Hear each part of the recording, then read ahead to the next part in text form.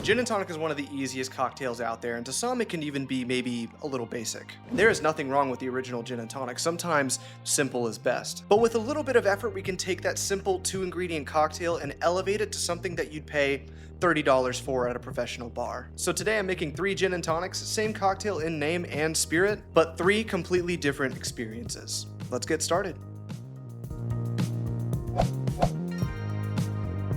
So I made a video not too long ago breaking down the gin and tonic. What the ingredients are, why they work so together, the simple gin, tonic, and a garnish. And the gin and tonic I made in that video was relatively simple. No frills, just some London dry gin, some Fever Tree tonic water, a lemon wheel, and a lemon wedge. And there is nothing wrong with that build or whatever your favorite combination of gin and tonic is. The structure is simple as long as you have some gin, as long as you have some tonic water. The rest is really customizable, and the biggest way to kind of elevate your drink, especially when it comes to the gin and tonic, is to start tinkering around with some garnishes. Whether that be through different citruses or fruits, to more aromatic herb components that we're gonna try today in this video. So let's keep this grounded and stick to our base gin and tonic. Remember that these variations aren't meant to kind of reinvent the drink, right? Don't fix what ain't broke, but we just want to kind of elevate it. So we're gonna be using a classic London dry gin for all 3. This is Bombay Sapphire. You can get it basically anywhere. It's about 20 bucks. Really good stuff and kind of my go-to for most gin cocktails, and especially the gin and tonic. If I wanted to open up even more options for these cocktails, I could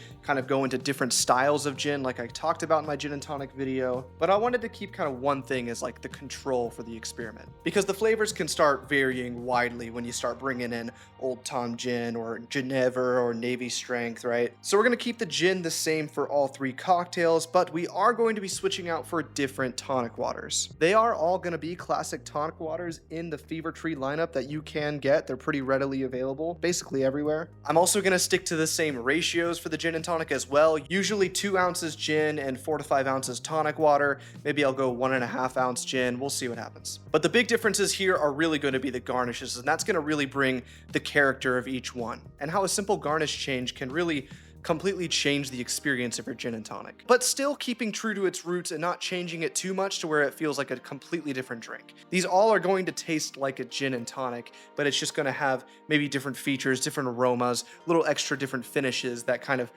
bring a new feeling out. And this is something that you will find if you start making your own drinks at home and kind of tinkering with classic cocktails. Just a slight difference in ratios, or maybe swapping in one ingredient for another, you'll find that it completely changes the drink. But enough yapping, let's get to our first elevated gin and tonic.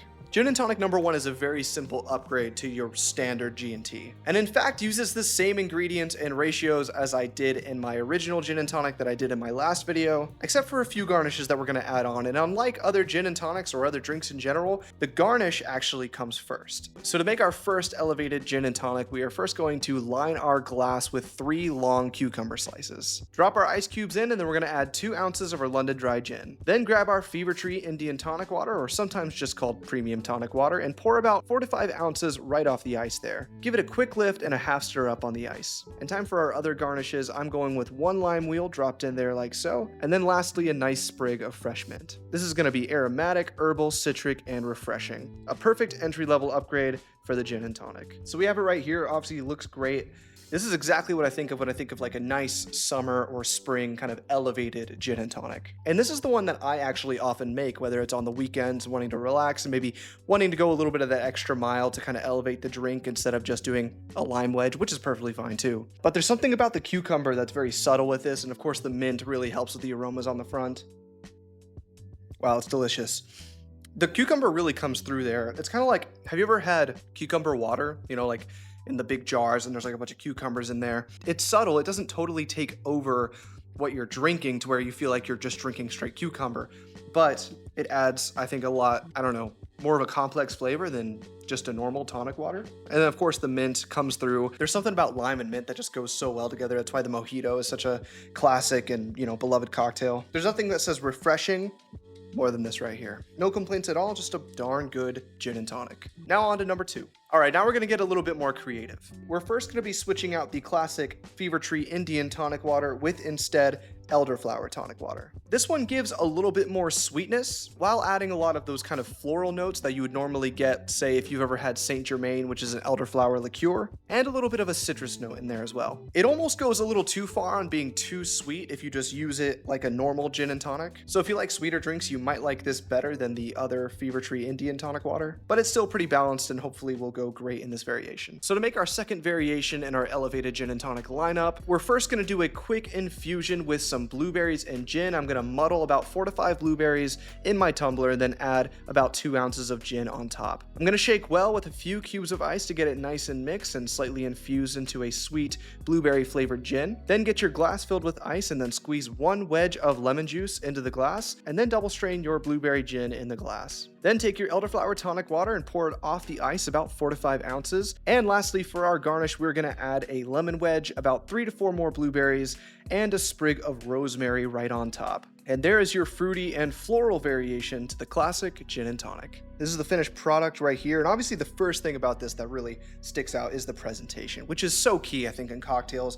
If it looks good, usually it's going to taste good. And I love this kind of like bluish purple. It really just makes the drink stand out. This is something that I feel like you'd go to a bar and you like see someone order it and you're like, whoa, what is that? I want that. Wow, I love the rosemary is really big in this, and so is the lemon, kind of that citrus that you get on it. Really just comes up first thing, and then going in for this first sip now.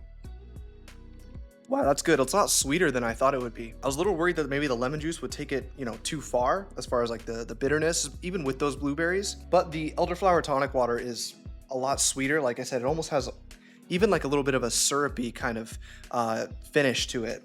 So I think that balances really well with the blueberries and the lemon and of course the gin. And it's just like adding more botanicals on botanicals with the rosemary here. It's a little bit of a interesting turn. I actually wanted to go with lavender at first, but I decided on rosemary, one, because I couldn't find lavender, and two, I just thought it would really complement this, at least with the lemon. When it comes to the fruit muddling, I thought about just adding in like blueberries or raspberries just on top, but I kind of wanted this to really separate itself. And also with blueberries and raspberries, you don't really get anything out of them until you kind of break through the skin usually. So I went with muddling the blueberry, and it doesn't totally take over either. You definitely get a lot of that blueberry note. Like it has that sweetness, that fruitiness, but it doesn't like take this to kind of like a syrupy, fruit juice kind of thing. It still is very light, very complex, little subtle, and works with all the flavors. This one is really good. I'm really happy with how this turned out. Some people may not even call this a gin and tonic after you kind of add fruit juice and like lemon juice and stuff like that, but I think the base is still the same. It still is gin and tonic, and we're just adding